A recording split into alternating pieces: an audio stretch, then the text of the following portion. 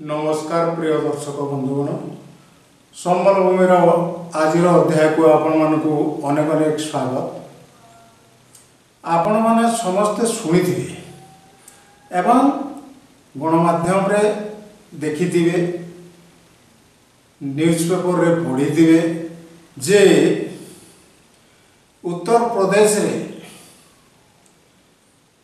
किए चलाइला बुलडोजर जोगी चलैतिले बुलडोजर एथिपाई तांको कहगला बुलडोजर बाबा बोलकर भी कह कह पढ़ी बसिले हैं से बुलडोजर ना जे सुनिला से छानिया हेगला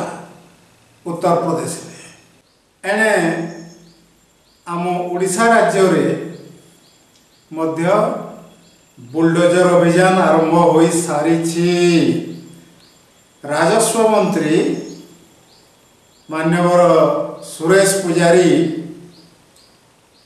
दी तीन दिन आगु कही ये सब जबरदखल हटाओ, जबरदखल को कदापि प्रश्रय दिज्व नहीं से चलला बुलडोजर या कि बुलडोजर कहवा उत्तर प्रदेश तो जोगी बुलडोजर थिला चलुला एटा को आम कहवा पुजारी बुलडोजर नहिले माझी बुलडोजर मोहन माझी बुलडोजर चाहे कहवा किंतु सुरेश बाबूंकर दक्षता एवं कार्यकारिता को नहीं कदापि कहीं अंगुली निर्देश करि पारिबे नाही। श्री पुजारी संबलपुर लोक ब्रजराजनगर निर्वाचित हेले आग बरगड़ संसदीय क्षेत्र निर्वाचित होइतिले तेबे वर्तमान स्थिति रे से तो जहाँ भी है से ओडिशार राजस्व विपर्यय परिचालना मंत्री हेले ठीक विभाग एवं कार्यकारिता मध्य ठीक ठीक रे चली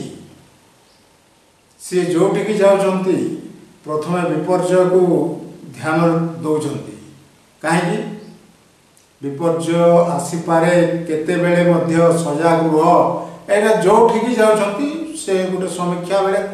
कहउछंती एवं बेले बेले विपर्यय बाबद मध्य समीक्षा करूछंती। तेबे वर्तमान तांको निज निर्वाचन मंडली रे बुलडोजर चलवा आरंभ हो जाए। केतेक असाधु व्यक्ति जो माने कि सरकारी जमी हड़प करी सेठी मांस दुकान करथिले किए गैरेज करथिला किए कल कारखाना करथिला सबू जिला प्रशासन पक्षर बुलडोजर चढ़े देले एवं धूलिसात कर देले। एथिरो हमको की शिक्षा मिलुची एथिरो हमको शिक्षा मिलुची जे सरकारी जमी को जबरदखल कर नाही किंबा अन्य काहारी जमी को मध्य जबरदखल कर नाही सेटा जेते बेले हेले बुलडोजर चलिबो ही चलिबो। तेबे एथिपाई आमे मंत्री राजस्व मंत्री श्रीयुक्त सुरेश पुजारी तथा मुख्यमंत्री मोहन माझी को अनेक अनेक अभिनंदन जणाइबु एवं एभली साधु कार्य करी यशस्वी बनतु या कामना करूँ। आज रहिलु नमस्कार।